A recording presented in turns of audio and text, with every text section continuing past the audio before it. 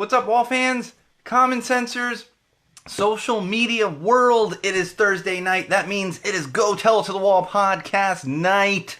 That's right, we're going live with the entirety of episode 62 tonight. I've got a lot of fun stuff planned. I've also got a couple serious things we are going to talk about, and we'll get into some other stuff. We might be a little short tonight. We'll see how it goes, but I'll get into that as we get into the episode. So stick around, wall fans. Share the video. Tell your friends. Let's have some fun tonight. It's Thursday night. Next week's a holiday week. We've got some big Go Tell It to the Wall stuff planned. So stick around. Let's have some fun, because it's Thursday. And if you don't know who I am, I don't know how you're finding this, but I am the one and only Sean O'Rourke, and also your favorite podcast host. Let's get into it.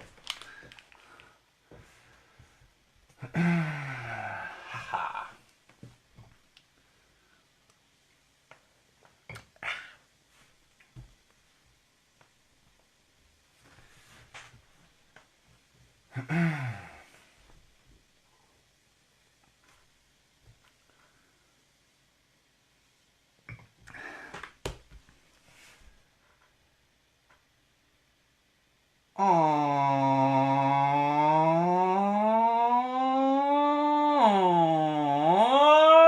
right, wall fans, common sensors, podcast consumers. Welcome to episode 62 of Go Tell It to the Wall podcast. I am your host, the one and only Sean O'Rourke, and we've got a lot of great stuff planned for this evening. For those of you that only listen to the audio, only subscribe to the podcast and whatnot, we are live on Facebook this evening with episode 62. So, of course, as usual, we may be referring back to some of that stuff, but I will make sure to keep all of the rest of you in the loop with anything that's happening. And, of course, Chris and Bridget should be joining at some point this evening to hopefully keep this episode on the rails or help to send it drastically off the rails, depending on what people are enjoying. That's kind of what we do, Sometimes off the rails is okay. Sometimes it's not. Sometimes it is. We'll see what happens tonight. All right, let's get into it. Social plugs. Social plugs. That's right. You can keep up with us between episodes. Get your doses of common sense daily, weekly, monthly, whatever it might be. One of the places you can do that is on Twitter. Follow us at Tell the Wall Pod. That's right, at Tell the Wall Pod. You can follow us there. You can also follow my own personal Twitter account, which is at Magic Muppet. If you search Sean O'Rourke, I believe it will come up. Hi, Chris. Chris has joined to hopefully keep me in line. And of course, you can also subscribe to our channel on YouTube. That's right, head on over to YouTube, search Go Tell It to the Wall, and you're going to find our lovely little channel there. Subscribe, watch some videos, and if you only listen to the audio and you get a little confused what's happening in the videos, sometimes all of our live feed videos are actually up there as well. We don't get a lot of views on them. I think what happens is people either like to consume it on the social platform, which right now is Facebook, will eventually be YouTube Live or Twitch or one of those, but beyond that, not a lot of people are going to consume the videos. However, there's a bunch of other stuff up there, such as our beer reviews and individual clips kind of from each episode, that I find interesting or pertaining to what's happening in the world right now. We get lots of awesome comments up there. In fact, the other day, someone said I was a wimp and I had a weak video. So I then responded and said, well, thank you for watching. You should check out all of the rest of my weak videos. I don't know. Trolls. You don't feed the trolls. Or if you do feed them, you feed them with kindness. That's what we do here. And of course, all encompassing of those things, and most importantly of all of those things, would be SeanO'RourkeLive.com. That's right, put that into your browser. Head on over to SeanO'RourkeLive.com. See all of our awesome photos. We got some videos. We got links to all of the stuff I just mentioned. And of course, if you're trying to decide where to subscribe, where's best to consume the podcast, you can get multiple links through there. And of course, you should be subscribed depending how you prefer to listen. We're on iTunes, or they call it Apple Podcasts, whatever. They're trying to move away from iTunes. Apple Podcasts, Google Play Music, Spotify, Stitcher Radio, among many, many, many others. So find us, subscribe, listen, tell your friends. All of those places are the way to go. And of course, most importantly, shout out to Podomatic, where we do host the podcast, and they help get it out to all of those different platforms and everything else. In fact, on that note, I didn't mention last week, but if a couple weeks ago you were having some issues downloading the podcast, they were doing some updates. Our host site, Podomatic, was doing serious updates to all of the podcasts kind of across their entire platform. So you were getting some errors a couple weeks ago, but that is all fixed at this point, and you should be able to access anything and everything that is Go Tell It to the Wall. So look for us, subscribe, share with your friends. And of course, we are still in the midst of our Indiegogo campaign. That's right, Indiegogo crowdfunding site where we are raising money for the new studio. We're about halfway to our goal right now. We've got a little less than a month left. And so if you like what you're hearing, you like what you're seeing, whatever that might be, please head on over there. Give us $1, give us $2, share it with your friends. Every little bit counts, and as soon as we hit that goal, we're going to be able to do some new great things with the podcast, including an all-new format and some new gear in the studio that's going to help us continue to bring that common sense to all of you wall fans and common sensors out there. So check it out. Check it out. Indiegogo. Just go there. Search Go Tell It to the Wall Studio. You're going to find your stuff, and we'll get the link up with the episode as well.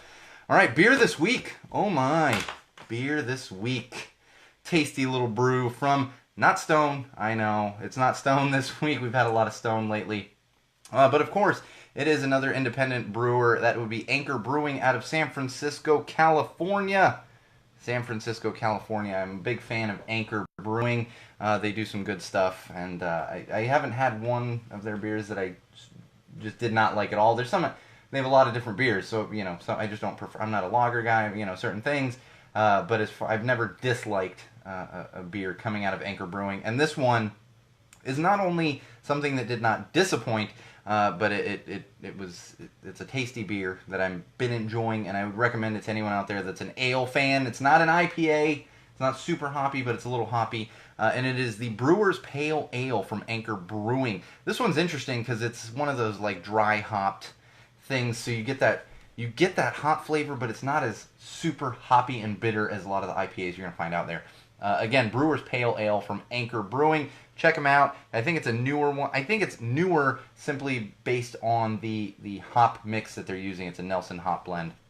And I think they changed this up kind of the way Stone does it with their rotating hop series. See, even when I have a Stone beer on here, I can still get mentions for Stone Brewing because they are, my favorite.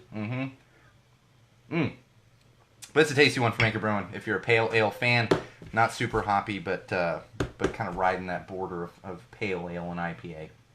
So check them out. Anything from Anchor Brewing is interesting. All right, a couple more announcements. 4th of July. Oh my gosh, 4th of July. We're making it happen. We're doing a complete live broadcast on the 4th of July. That would be less than a week from today when we're recording this. That'll be Wednesday, July 4th. I know, I got to give the date. It's 4th of July. What's the date for that? July 4th. Yes. So we are doing a complete live broadcast. We're going to have some fun on the 4th of July. I'm going to have Chris and Bridget sitting next to me, which is going to be absolutely amazing. And we're going to have some other Go Tell It to the Wall podcast fans and some common sensors, some big-time contributors to the show. We're going to have them popping in. And we're probably going to do 2 hours. I'm not guaranteeing 2 hours. I just know we're probably going to do 2 hours. And because of that, we might be going a little shorter this evening. This might be a little shorter. I got so much. I'm in the midst of trying to get everything set up for that, and we're doing all stuff. It's craziness at my house right now, in a good way, but it's just very time consuming and trying to get everything ready for next week. And I felt bad. I was thinking, I'm going to go a little shorter tonight, and I was like, but I got so many patrons that are used to getting an hour-long episode, and then I went, you know what? Y'all are getting a 2-hour episode next week, so let's not complain about 15 minutes shorter. Right? I mean, I think everyone can get over it. And let's see what happens, because I said it multiple times before, and then we still do the full hour, so we'll see what happens. But I want everyone to just get ridiculously excited. We're going to have so much fun on the 4th of July. Complete live broadcast that's, of course, going to be recorded and put out the way all of our other episodes are. So if you're not someone that tunes in for the live stuff, don't worry. You're still going to get the entirety of that episode in, depending on what platform you subscribe to. Yes, that is what we're going to call it, Star Spangled Episode. That's what it is. It's going to be Star Spangled Episode. Thank you, Chris, for that nugget. So get excited. I'm excited. Everyone should be excited. I'm gonna be throwing stickers around. It's gonna be a whole big thing. We're gonna do it up and have some fun. I'll probably drink way too much beer, so we're gonna be off the rails like 5 minutes in, but it'll be good. It'll be fun. Because everyone, so take some time out of your barbecue, or put it up on the big screen while you're having your barbecue, whatever it is, and have some fun with us at Go Tell It to the Wall podcast. Because I'm so looking forward to this one. So looking forward to this one. All right, I want to talk about one thing, and I'm just putting this at the top of the show. We had yet another mass shooting, this one taking place in Maryland at the Capital Gazette. If you haven't heard of this one, I'm sure you have. It's all over the news right now. Right now, the word we're getting is, unfortunately, 5 people have been killed and multiple other injuries, as you know, because I feel like we deal with one of these on almost a monthly basis, if not more. Those numbers could definitely change. But this one really, they all hit home. When it's kids, there's just it's so disgusting and so sad. And this one again hit home for me, not because I have kids, but because this happened at a newspaper. These were journalists that were gunned down in their workplace. Journalists doing their job, gunned down in their workplace. And we've reached a point in our country where some people think this is acceptable. And we're seeing a lot of back and forth right now. I've seen it on the social platforms today. Sometimes I go down the rabbit hole and I start reading, and it's just, okay. But here's the bottom line with this. The so-called president of our country has literally come out and called for not the direct lynching of journalists, but he comes out and he talks about how bad journalists are and how bad they are for our country. And he has an entire fan base. I'm not even calling them a base. I'm calling them a fan base, because they may as well be fans of a fucking sports team. That's the intelligence that's going on right now with the people that are still supporting this.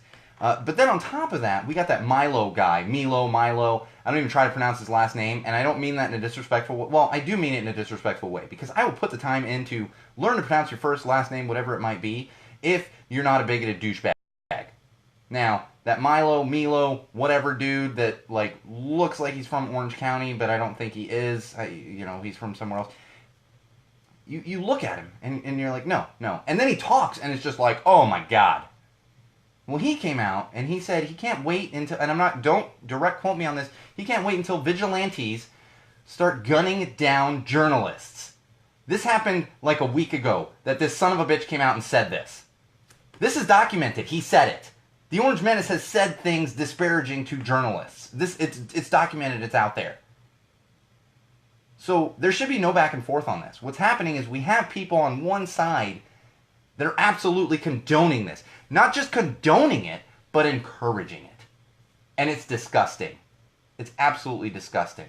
In fact, what happened today at the Capital Gazette, not quite as extreme, and I'm not going to give spoilers. Something very similar happened in one of the early episodes of this season of The Handmaid's Tale. Not going to spoil it, but if you're a Handmaid's Tale fan or you haven't caught up, I encourage you to watch it. And it's probably going to freak you out a little bit. And on that note, I got to be honest with all of you out there, wall fans, common sensors, podcast consumers. I love Handmaid's Tale. Got through the entire first season last year when it was on. It was a fantastic show. And I've started watching it this season. My wife and I watch it. And I've gotten to the point where I actually cannot watch Handmaid's Tale anymore. I will not be watching it anymore. And you know why? Here's the thing. I know this is out in social media right now. It's kind of in the media in general, where people are saying, we're getting so close to Handmaid's Tale. And then you get people pushing back from the other side. No, we're not. No. Well, you know what? Go watch those episodes. See what I'm talking about when it comes to journalists. And what's happening in Handmaid's Tale, and what just happened today. Today, to journalists. Not only that, but we're seeing children separated from their families. And I don't want to talk about how long it's been happening, all other bullshit. Don't come at me with that, because it's wrong. I don't care who's doing it. This isn't a Democratic, Republican thing. This is what right and wrong. And not only are kids getting taken away, but kids are being given to other families throughout the country. And they're having trouble getting these kids back to their biological parents. Think about that. That is absolutely a storyline in fucking Handmaid's Tale. It's a storyline in there. So don't sit here and lecture me about how, well, no, we're not close to No, it's happening right now. That's what's happening right now in our country. And if you don't realize that, you're blind. You're absolutely blind. And we need to do better. We need to do better. We don't need to be best. We're not going to be best. What is that? What is that? No, we all need to do better as a country, as a society, as a human race. We need to do better. And I'm sick of seeing this stuff. I'm sick of seeing it. I'm terrified. I'm terrified on a daily basis. Absolutely terrified. But that's the world we have to live in. And we have, there's the exact, thank you, Chris. The exact quote from Milo, I'm still not going to try to pronounce his last name. If he was a respectful person, I would. And I quote, "I can't wait for the vigilante squads to start gunning journalists down on sight." End quote. How is that acceptable? That should never be acceptable. That's not even a joke. It's just like those shirts with, that I talked about this a year ago, the inappropriate shirts that were being sold, and Walmart had them on their site. Where it was rope and something else and journal, some assembly required. Basically talking about hanging journalists. Yeah, I don't think you're allowed to talk negatively about anyone saying that we're close to Handmaid's Tale unless you've watched Handmaid's Tale. And if you watch Handmaid's Tale and you're not at least a little bit scared for the society and the atmosphere that we live in right now, then I don't know what else to tell you. I don't. I just don't. Oh, it's disgusting. It's disgusting. All right. Losing my place here. Let's get into some social trends happening right now. Surprisingly, we got to give a little good on ya out to something I did not think we would be doing that for, and that would be Facebook. Now, apparently Facebook just launched a new feature, and I see this feature as very useful. They usually launch stuff and I'm like, why are you wasting my time? Why are you junking up stuff? Like, no. This one actually is useful. They've added a new feature now. It's called Keyword Snooze. And this is essentially a feature that lets you block spoilers. So what you can do is you can go in and enable this, and you can tell your Facebook feed certain words that you don't want to show up in your feed. Essentially keeping spoilers out of your feed. So, for example, Avengers Infinity War, which I already know everything that happened. I haven't seen the damn movie. I already know everything that happened in the damn movie because of social media. Everything. Same thing, there's something else. Star Wars. I know everything that happened in that most recent Star Wars. I don't know anything that happened in Solo, because no one's talking about Solo. But I know everything that happened in The Last Jedi, because of social platform. So I see this. So you could put in Avengers Infinity War, and it's going to block all of that stuff out of your feed, to then avoid spoilers. And I find this so useful, because people just like to go crazy. And people don't even realize the silly stuff they're doing, because it's not even like people are like, here is the plot of the film. This is what happens. No, they share silly memes, and you look at the meme or the GIF or whatever other dumb thing millennials are doing these days, and you're like, oh, so that's what happens. Yeah, have some respect. Have some respect. Not everyone can go to the movie theater. The Last Jedi is just hitting Netflix this week, so I think that should be the spoiler referendum, is once it hits a major streaming platform, then you can talk about it. Hasn't hit Netflix yet. And Avengers Infinity probably never going to hit Netflix. Disney's going to keep that one for their own streaming platform. So calm down, everyone, with the spoilers. The good thing is, at least on Facebook, we're going to be able to avoid those spoilers. So we'll see how useful this is. I will likely use it just because I avoid spoilers, and especially once Game of Thrones comes back next year, because I got a toddler at home. I can't just be like, oh, Game of Thrones is on. Let me sit and watch this with my 2-year-old. No. She'll be a 2-year-old at that time. No. That doesn't work that way. Can't watch Game of Thrones with my 2-year-old. All right, moving along. I got a couple more funny ones, and then we're going to get a little serious here. Serious and encouraging. So, nice little trend that's floating around on the Twitter and on the Facebook and on all the whatever social platforms you kids are using these days would be hashtag dealbreaker in 5 words. Hashtag dealbreaker in 5 words is a fun one that everyone's going along with. And this, you can figure it out. What would be a deal breaker if someone said 5 words to you? Now, I found one. This one's just extra funny. I want to go through all of these because there's someone that shared 4 different hashtag deal breaker in 5 words. The extra funny part of this, I'm going to tell you before I go through them. This was shared by the Polk County Sheriff. the sheriff of Polk County. I'm not sure exactly which Polk. I think there's multiple Polk counties around the country. It's not important. We just know that this is the Polk County sheriff sharing this hashtag deal breaker in 5 words, 4 different phrases with those 5 words. First one, we ran out of donuts. Second one, there are no more donuts. Third one, I do not like donuts. Fourth one, that squirrel stole your donut. I gotta be honest with you, Wall fans, I saw this one pop up in my feed and I was like, that's hilarious. And then I looked who posted, I was like, oh my god. Big ups to that guy, the Polk County sheriff, for just like owning it. You know, and we all know, like, not all police officers eat donuts. But it's just funny when they embrace it and they're like, here's a stereotype we're going to embrace because it's a funny stereotype. It's not a defensive stereotype. So he's embracing that, he or she, well, it looks like a man in the picture. He's embracing that and sharing it and having some fun with the Twitter followers. And another one that I found, I don't believe in feminism. I'm sure that would turn off any woman I know in my life. And of course, the most important one here would be hashtag deal breaker in 5 words. You voted for this president. Yes, yeah, deal breaker. Now I'm married and have a child. I'm not in the dating scene or anything, but that would be a deal breaker for me. All right, apparently today is hashtag National Handshake Day. That's right, we can't have a National Anything Day without putting a hashtag in front of it. Today is National Handshake Day. Handshakes. I was thinking about this one.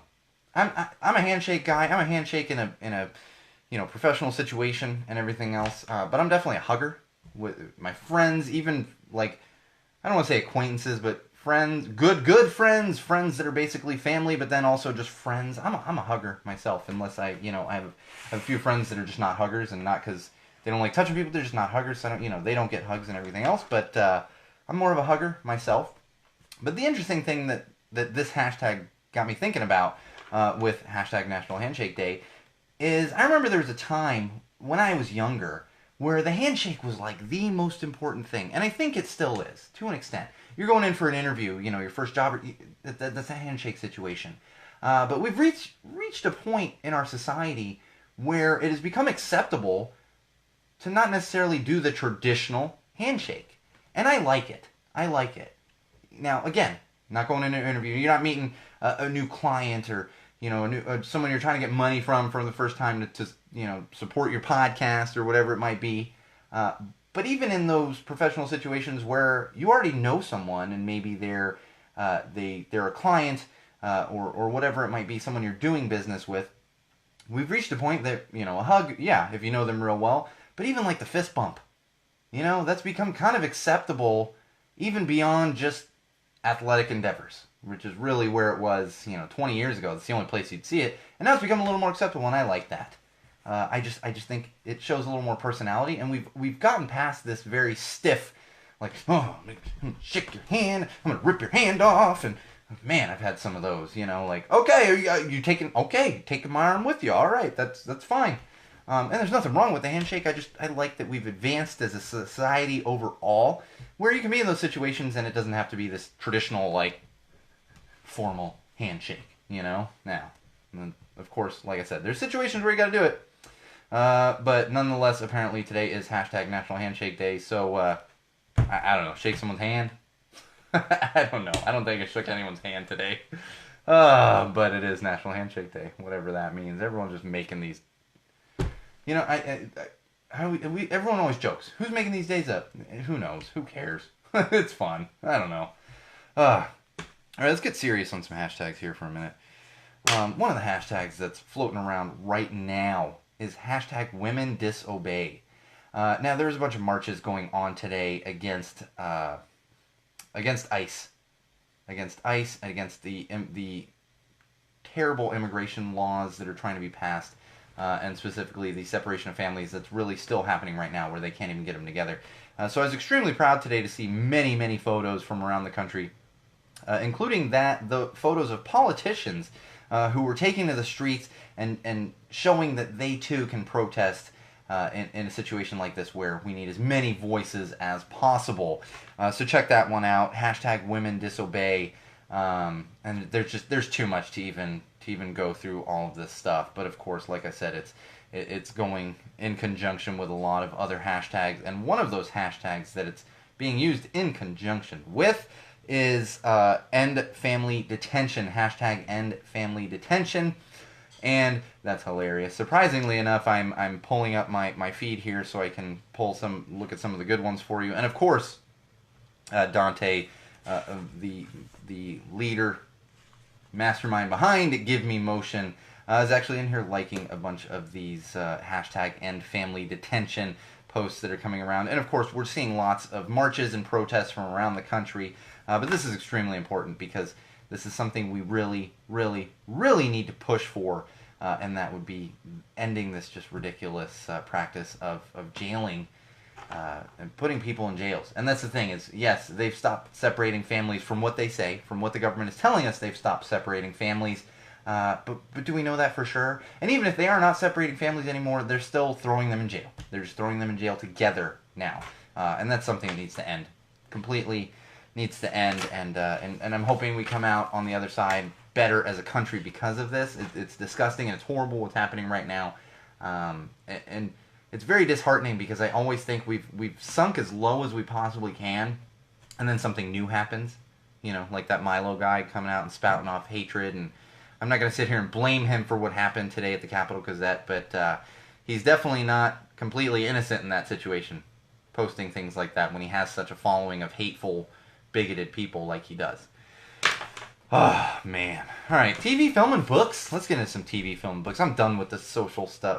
I'm not even going to go on social Man, I'm going to be on there Saturday because I'm going to watch everyone marching out there because that's important. But I'm going to be staying off social platforms to avoid the Milos and the Orange Menaces of the world because I'm just done. Just done. Alright, but TV, film, and books. Ooh, I'm excited about this one. I was excited. I'm still excited. I'm excited to share it with you. So this past weekend, I finally had the opportunity to head on out to the Skirball Center. My wife was actually going to take me there on Father's Day. My daughter and I there on Father's Day. I ended up heading out to Highland Park Brewery. I think I talked about that on one of the podcasts. With some friends of ours who spent Father's Day there. So this past Sunday, we decided to head on out to the Skirball Center, which is, I'm not sure what area that is. It's right near the Getty. They're off the 405 if you're familiar. I don't know what technically that town or city is. It's just outside the valley. It's a great little museum. Skirball Cultural Center. Highly recommend check them out, even when this exhibit leaves. But I was there specifically to see the Jim Henson exhibition, Imagination Unlimited. That's right, Jim Henson exhibition, Imagination Unlimited. And I was so excited because I not only got to go and share this with my wife, who is a huge Henson Muppets fan, but I also got to bring my daughter and share with her the magic of Jim Henson and the Muppets and all of the properties that encompass the Jim Henson Company. Really everything they've created. And for those of you that aren't familiar, we're not just talking the Muppets. No. And we're talking early Muppets. There's a lot of stuff from Ed Sullivan Show, stuff that they did early on, as well as Sesame Street.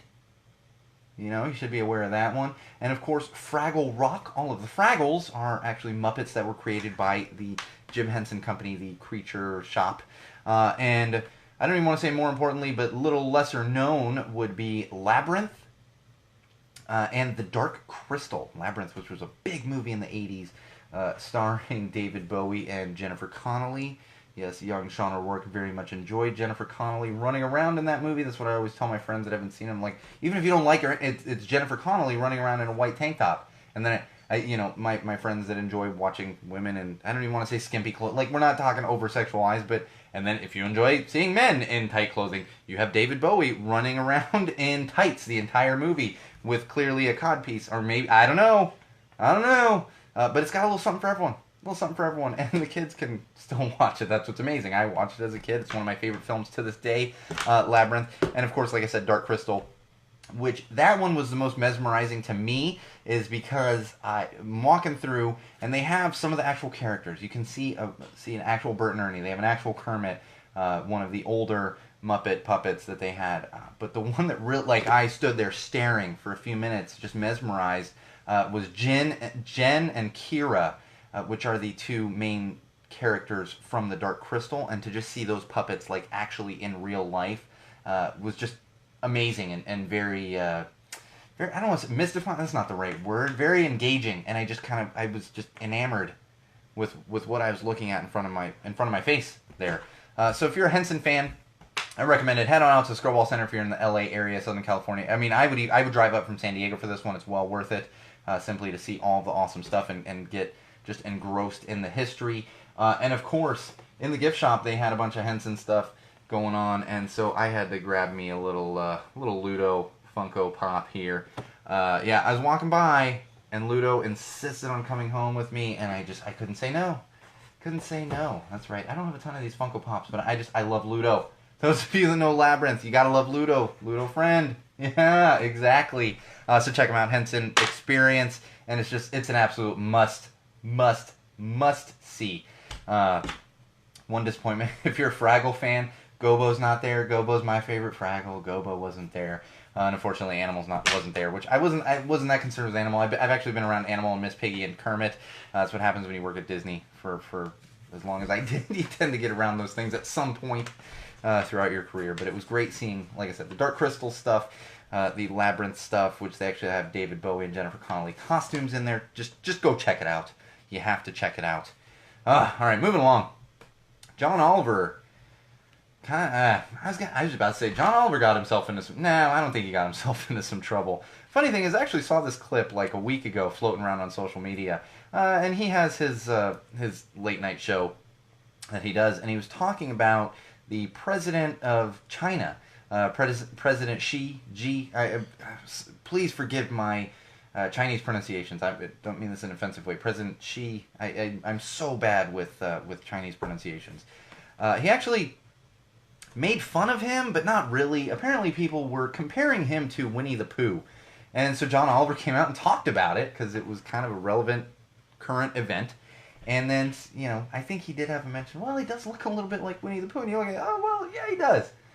Well, what happened was the most popular social media site in China actually blocked every single little mention of John Oliver. He's been officially blocked on that social platform in China. You're not going to find anything having to do with John. Not only that piece where he's talking about the president of China, but you're not going to find anything having to do with John Oliver on that Chinese social platform. I can't remember the exact name of it. It's a Chinese word. It's basically Facebook, but China has their own social platform, and it's when you're considering popularity, I guess it would be compared to Facebook from what I was reading. Today would be that one. So John Oliver in a little hot water, but you know what? He's probably going to have a lot more people. Now that people have heard that he has been kind of banned in China, a lot more people are going to go looking for him. And this is interesting. We just talked about journalists at the top of the show and what's been happening in the world. Here's the thing. I remember as a kid, because when you're younger and you see, whoever the president is, or politicians, whoever that is, you see political cartoons, and you see pundits making fun of him, whatever it might be, for whatever particular reason. And I remember as a kid just being like, oh, okay. But then at the same time of seeing that, and especially like me as a kid in the 80s, Reagan, very divisive to a lot of people. Then you learn about presidents as you're seeing that. You learn about Abraham Lincoln and George Washington and all this stuff. And I remember as a kid, I picked up this book at the library. It was called the Abraham Lincoln Joke Book. And it was basically political cartoons from Abraham Lincoln's time in office. And some other jokes and stuff. But that was when I had this light bulb in my head and I went, oh my gosh. Abraham Lincoln, who we learned freed the slaves and all these other things, and you learn in history books as just such a great president, even he was made fun of at the time. For things really much more ridiculous than looking like Winnie the Pooh. But here we have the president of China, who is so offended because he looks like Winnie the Pooh, and he does. He looks a little bit like him. That John Oliver has been removed from that social media platform. Come on. Come on. Talk about thin-skinned. And I'll go on the record right now, if anyone out there, Wall fans, Common Sensors, anyone that dislikes me, because I know there's a lot of you out there that dislike me. I just got called a wimp the other day, online. That was fun. I know there's a lot of you that dislike me. You can go ahead and call me Winnie the Pooh. I don't care. I'm not going to try to get you blocked anywhere. You can call me much worse. I don't know. What's a worse Winnie the Pooh character? Oh, Eeyore? You can call me Eeyore. I'm not going to try to get you blocked anywhere. Is it, you can consider it offensive, but really? Someone compared you to a cartoon bear. Get over yourself. Get over yourself. All right, Seinfeld's in the news. Yeah, not Jerry Seinfeld with his comedians in cars getting coffee, or whatever that thing's called, but Seinfeld is in the news, not Seinfeld itself, but one of the writers of Seinfeld. In fact, the writer of a specific episode from when Seinfeld was at the top of its game. And speaking of tops, this would be the episode where, man, fireworks are going off outside. You can tell it's 4th of July next week. It's all over the place going off. Speaking of top, this would be the episode where Elaine tried to pitch Muffin Tops. Muffin Tops, and then her boss at the time even opened a Muffin Top store and all this other stuff. I'm not going to go into the intricacies of the episode. Well, the writer of that specific Seinfeld episode is bringing a lawsuit out against McDonald's, who recently announced that they are going to have Muffin Top pastries at their McDonald's locations. Muffin Top pastries. And so this guy is suing them. He actually wants $1 billion from McDonald's. If he's not able to get $1 billion, he wants McDonald's to sponsor his podcast. You know what's ridiculous here? His podcast is him in a car talking with comedians. And he's bringing a lawsuit against McDonald's saying they stole his idea for Muffin Tops. Yeah, it's a pastry, dude. It's pastry. Get over yourself. You ain't getting $1 billion. And McDonald's at this point definitely ain't going to be sponsoring your podcast. And maybe don't rip off the star of the show that you used to write for and then go claim someone else is ripping off your ideas. Right? Right? Like, talk about pot. And let me tell you a little story. A little story about a pot and a kettle. Mm-hmm. Apparently he hasn't heard that story before. Oh, all right. Oh, this one. I actually found this one today, and I've been excited about it all day. All day. All day. And this is deep cut. This is deep cut. I know Chris, who is on the live feed right now, is going to be like, oh, yeah. Deep cut right now. There's a new documentary coming out. The title of this documentary is actually Wolfman's Got Nards. That's right. Wolfman's Got Nards. There are 2 people listening to this podcast right now that understand where that comes from, and I will inform more of you, and you will kind of know where it comes from once I fill you in. That's right. Wolfman's Got Nards documentary. This is a documentary about the iconic cult following movie that is Monster Squad. That's right. This is a movie that came out in 1987. Really bombed at the box office. Bombed. Just bombed. But then, of course, like many movies do, these kinds of movies, incredible cult following that came after it bombed in theaters. Of course, it was shown on television and everything else. I actually never saw it in theaters as a kid, but I saw it on television not long after it had been in theaters. And I became obsessed with it. Obsessed with it. If you're not familiar with it, it's teenage kids battling all of the classic, like the 4 classic monsters. So it's Wolfman, the Mummy, Dracula. I can't remember the 4th one. It's been such a long time. It's been 30 years since I've seen the movie, and it's extra funny because I sent this to my wife right away. She was at the office while I'm in the studio doing show prep, and I sent it to her because she's obsessed with Monster Squad. And I actually hadn't seen this, like I said, still haven't for like 30 years. When my wife and I first got together, I was looking through DVDs. I think when we first moved in together, looking through DVDs, and I was like, what is this DVD? Monster Squad. Wait, what is this? And she's like, oh yeah, I love that movie. I was like, what? And I hadn't seen the thing in, at that point, like 20-some years. Now, I haven't seen it in like 30 years. But I'm excited about this documentary. If you're not familiar with Monster Squad, it's worth a watch. If you enjoy those kind of fun... Here's the... I'm going to just put it out there right now. If you like Lost Boys, you need to see Monster Squad. That's how it is. If you like Goonies, you probably need to see Monster Squad. It's one of those cult following movies. It's probably on like Netflix or Hulu, or you can probably watch the whole damn thing on YouTube. But check that movie out, and then look forward to the hard-hitting documentary that's coming out soon called Wolfman's Got Nards. I mean, if nothing else, greatest documentary title ever. I mean, it beats Gimme Shelter. It's another deep cut. Ooh, people are like, Gimme Shelter. Yeah, educate yourself on documentary filmmaking. Gimme Shelter. All right, got some music news. Unfortunately, Travis Barker still in the hospital. Well, I think he's out of the hospital now, but he was readmitted to the hospital like last week, dealing with these blood clots in his arms and trying to get back into playing shape. And really, most importantly, we're just hoping that he's okay. I would love to see him playing drums. He's my favorite drummer. But more importantly than that, I just want to see that he's okay. We got some news this week that apparently, some Warped Tour news, apparently Blink-182 was scheduled to make a surprise appearance at one of the Warped Tour stops. That was, of course, canceled because Travis can't play the drums right now, so they had to cancel that surprise appearance. Now, everyone, before you freak out, they would not have been able to do San Diego. They would not have been able to do the San Diego stop, which is, and I thought, like, if they're going to, because it was kind of a rumor from the beginning, if they're going to do a stop, it's going to be San Diego. From freaking well, at this point, only one of them's from San Diego, for God's sake, but originated in San Diego. They wouldn't have been able to do San Diego because they would have been at their Vegas residency.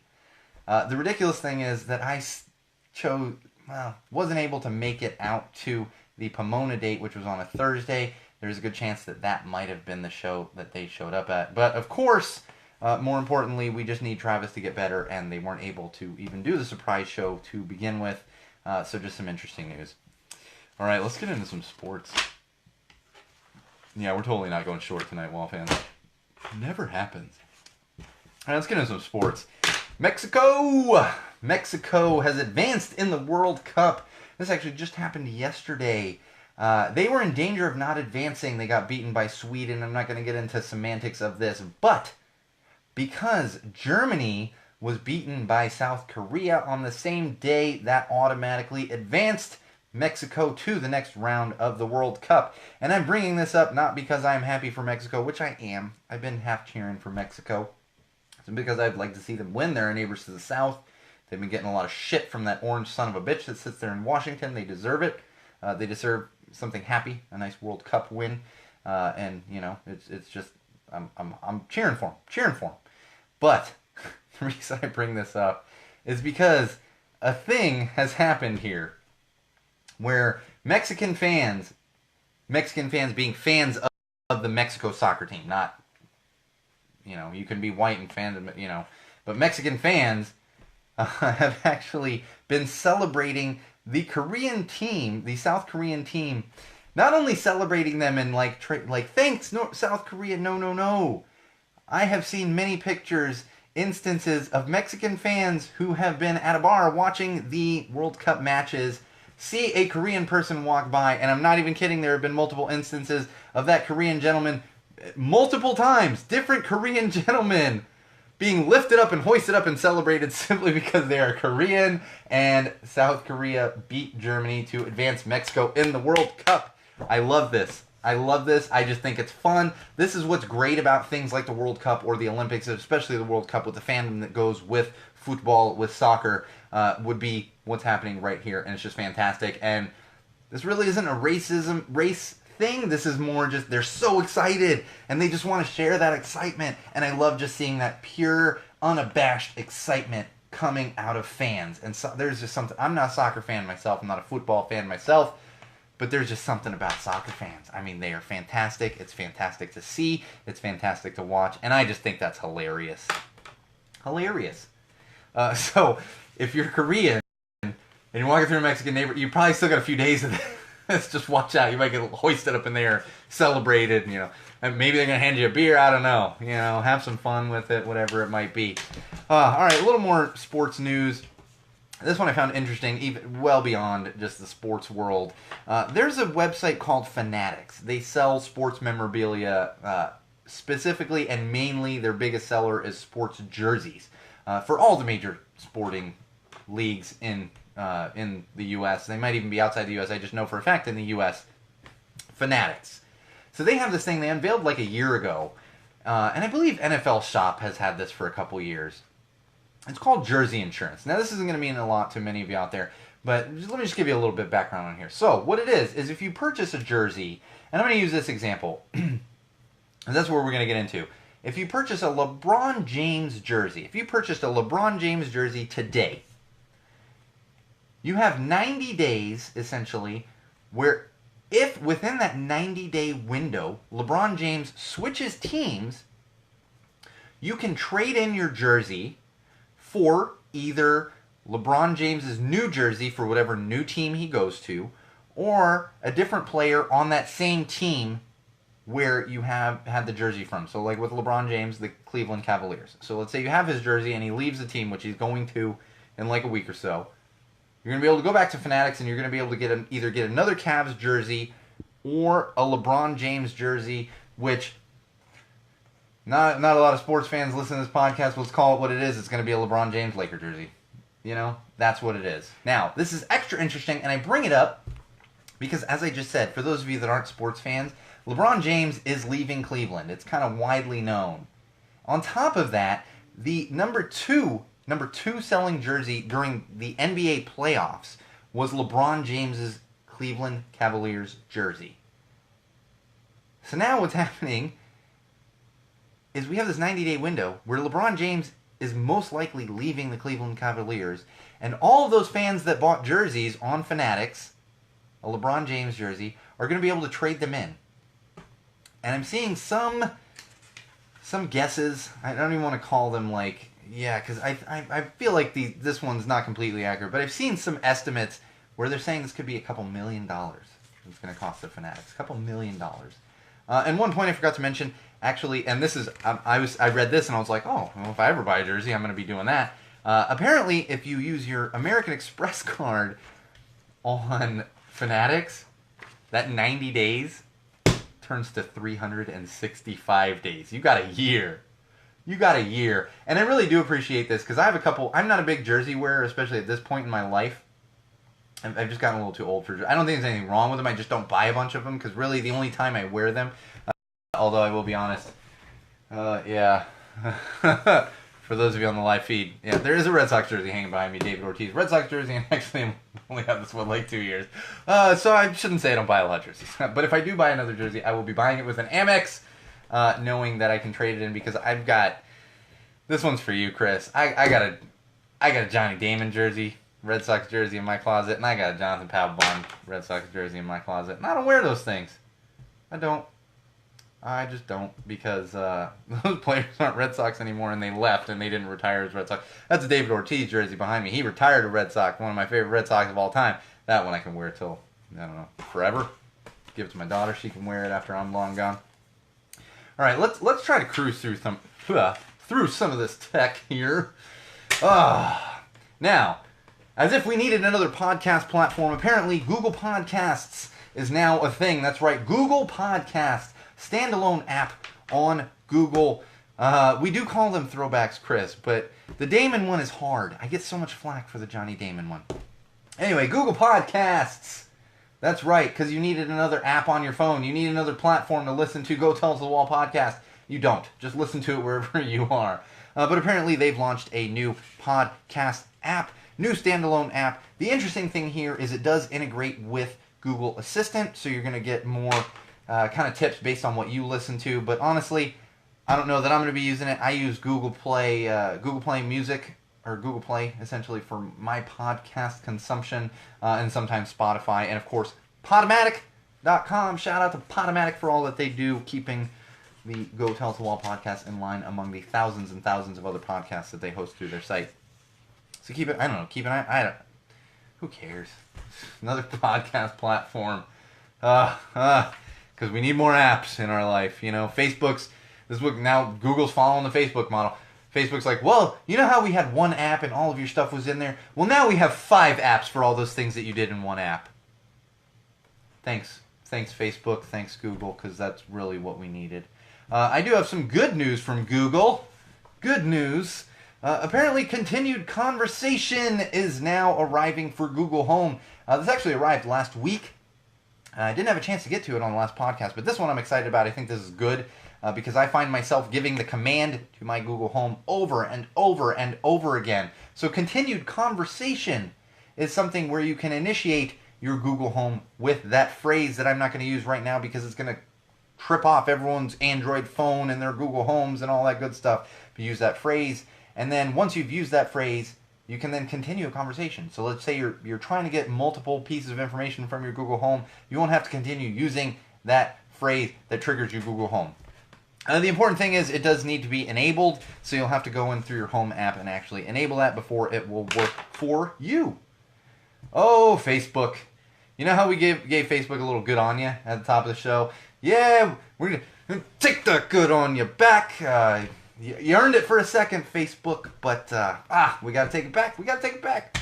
Because apparently just today, this one just dropped today. So you know the Cambridge Analytica data misuse scandal that was happening and all of that, the private information was leaked out and Facebook came out and Zuckerberg testified before Congress and did all this heartfelt stuff, and they've got an ad campaign on television talking about how they're cleaning up Facebook, they're going to make a place for friends and all this other bullshit. Well, apparently they can't keep the information sharing, even that simple part of it, to a minimum. They can't eliminate even the simplest part of it. So Facebook maybe stop making a bunch of extra apps and doing all this other dumb stuff and extra feeds and all that and just protect our fucking information. You know, maybe the simple stuff. Yeah. Well, because just this past week they got hit with another surprise quiz app. Those quiz apps. Nobody cares what kind of hot dog you are. Nobody cares what kind of fruit you should be. Stop taking them. And what do you think this one was? Nametests.com. So, of course, this was something probably floating through your Facebook feed, and if you're listening right now and you clicked on it, just go ahead and delete your entire Facebook because you effed up. You done messed up. And this was one, who are your 50 best friends? I don't care who my 50 best friends are. I know who my few best friends are. I talk to them. I talk to them. I don't need to be told by a stupid little app or a stupid little website who my best friends are. I know that. I know who they are. Because, you know, we do this little thing called talking. Communication. Don't need an app telling me that. So we just took your good on you back, Facebook, and let's try to do a little better. Do better. Hashtag do better. Ugh, that's ridiculous. All right, some good news in the tech world. There is a new SD card coming out. The SD Association, which I didn't even know was a thing, but apparently the SD Association is a thing. And they make SD cards. Oh, I gotta get back to that. I skipped over something. New SD card coming out is 128 terabytes. 128 terabytes. Apparently, this SD card is going to be released. I don't have anything else to say except, holy shit. I don't even... 128 terabytes. Do with that what you will. Some good news for those of you out there that like to drop your phone. Not like to, but often drop your phone. There's a clever new case that is out now or coming out soon. It's an active damping case. Active damping case. The interesting thing here is it's essentially an airbag for your phone. But instead of a giant balloon blowing up, what this has, these phone cases have at the corners these metal tabs that pop out if it senses a drop. Pop out, senses a drop, and they act as springs on the edges of your phone so that the edges don't hit and your phone actually cracks. Definitely seems like something useful. And I can see that. A few months ago, I cracked my phone drop, and it fortunately had the usefulness of this and the need for this. Like, I totally get it. However, this got me thinking, and we'll probably share this one on Twitter so you can see it. These tabs pop out, and they are kind of plastic covered. They're metal, but there's some plastic in there. I'm sure the sensors these days on phones are just ridiculous, where it knows it's, you know, sensors, and there's sensors for your pocket and everything else. As much as I wouldn't want to drop my phone, I'd be more terrified of these tabs popping open in my pocket and either some incredible embarrassment or a little bit of pain. So, tread wisely on this one with the tabs that pop out to save your phone. Could absolutely save you from needing a new $1,000 handset, but it could also make you need some new $50 to $100 jeans, depending what kind of pants you wear. Or, you know, I could see someone standing in front of a conference room, like giving a presentation, and their phone, the sensor goes off, and it's just like, like right in their pop, like whoa. Or even sitting on like a table in a conference, you're sitting in a meeting, and just like pops up. It'd be interesting. I don't know. I'm sure the tech is there, but yeah, I mean, let's keep in mind, wall fans, common sensors. There's a lot of tech in phones, and they can say, no, the phone knows it's dropping and has sensors that know it's in your pocket. Yeah, we're less than 2 years removed from phones blowing up. Like, just keep that in mind. Keep it in mind. That's what we deal with. Oh, all right. The most important tech news of the week absolute 100% most important tech news of the week. You're not using that lightly. It is the most important tech news of the week. Tomorrow, June 29th, is the re-release of the NES Classic. That's right, the NES Classic going to be back in stores tomorrow. Going to be back up on websites. I believe it'll be on Amazon. So please, if you didn't get one to almost 2 years ago, I will never, that's the thing, I will never for the rest of my life, never, for the rest of my life, the entirety of my life, I will never forget the date that the original NES Classic was released. It was November 11th, 2016. The reason I will never forget that is that was the day that my daughter was born. The reason I was not able to go out to the store and get one that day is because my daughter was being born at 4:54 in the morning on November 11th, 2016. However, I've been looking forward to this. I've talked about it on the podcast quite a few times. We're finally hitting the day, June 29th, and I am going to be watching my computer starting at around 11:45, and when midnight hits, I will be ordering one immediately. I'm hoping to just do it on Best Buy or Target so I can go pick the bad boy up tomorrow, but I'm ordering one right at midnight. Right, I'm not even risking it this time. They said there's going to be plenty of them. They're not doing limited stock. I'm not risking it. I'm ordering it right at midnight. All right, some sad news. Speaking of toys and fun things, on the same day that the NES Classic is being re-released, we will unfortunately see the official closure of all of the final Toys R Us stores.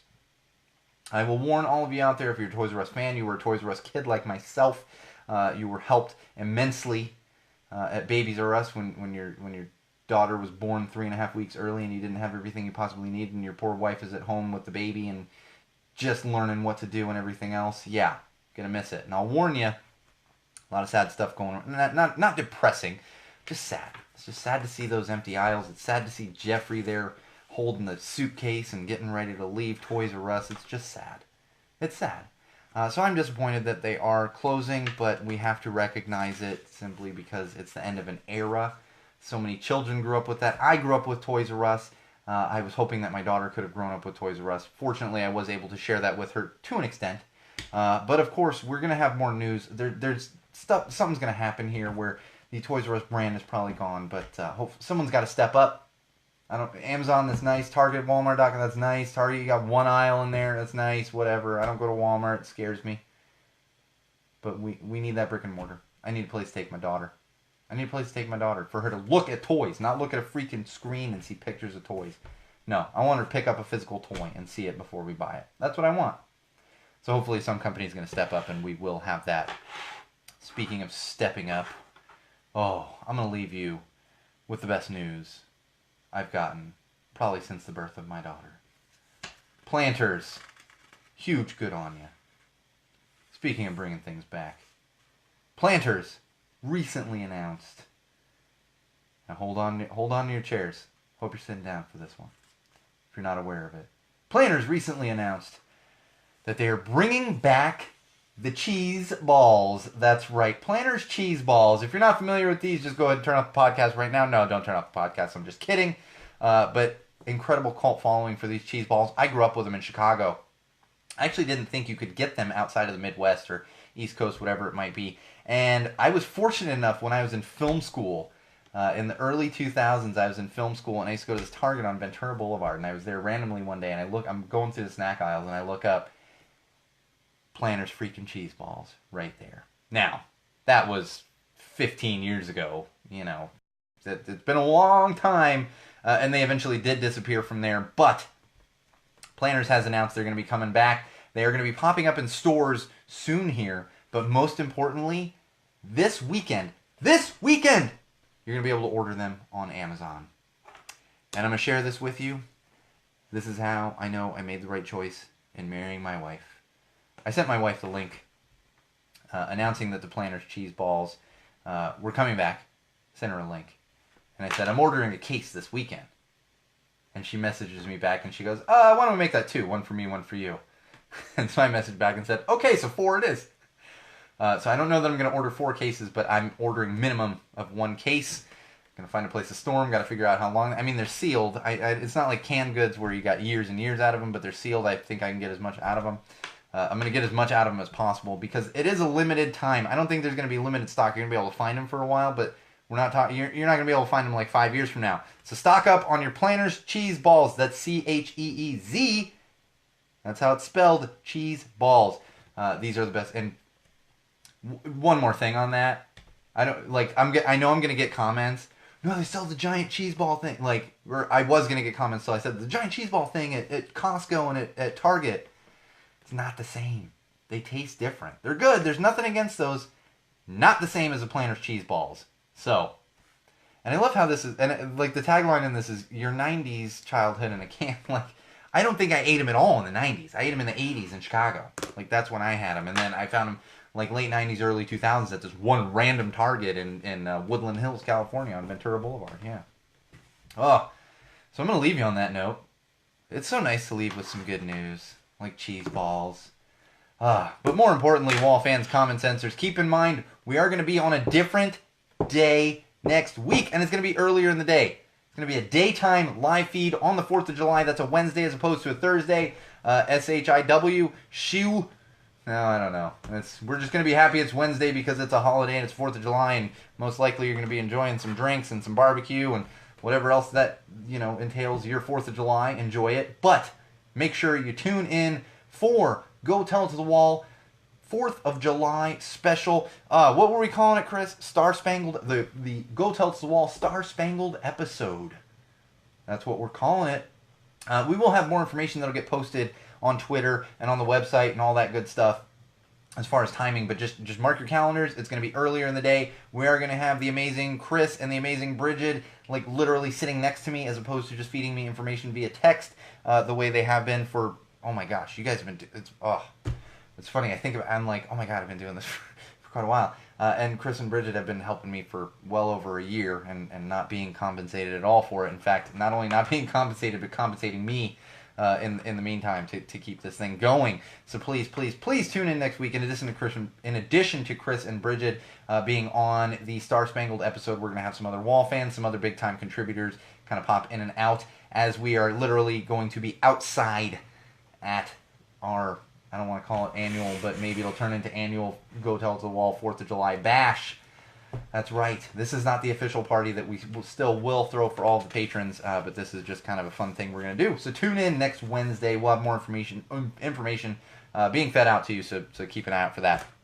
All right. Wall fans, common sensors, podcast consumers, social media world, thank you for joining in Go Tell It to the Wall podcast, episode 62. It may not seem like it, but I appreciate each and every one of you that listen out there. I've actually been watching the podcast numbers climb drastically.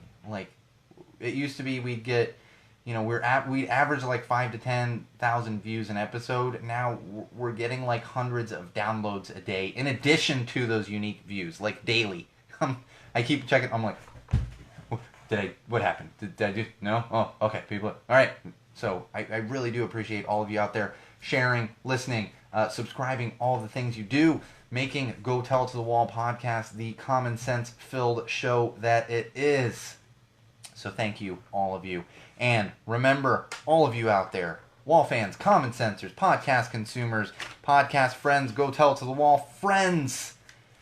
No matter where you are, no matter what you do, no matter who you're with, and no matter why you are doing that particular thing, always use common sense.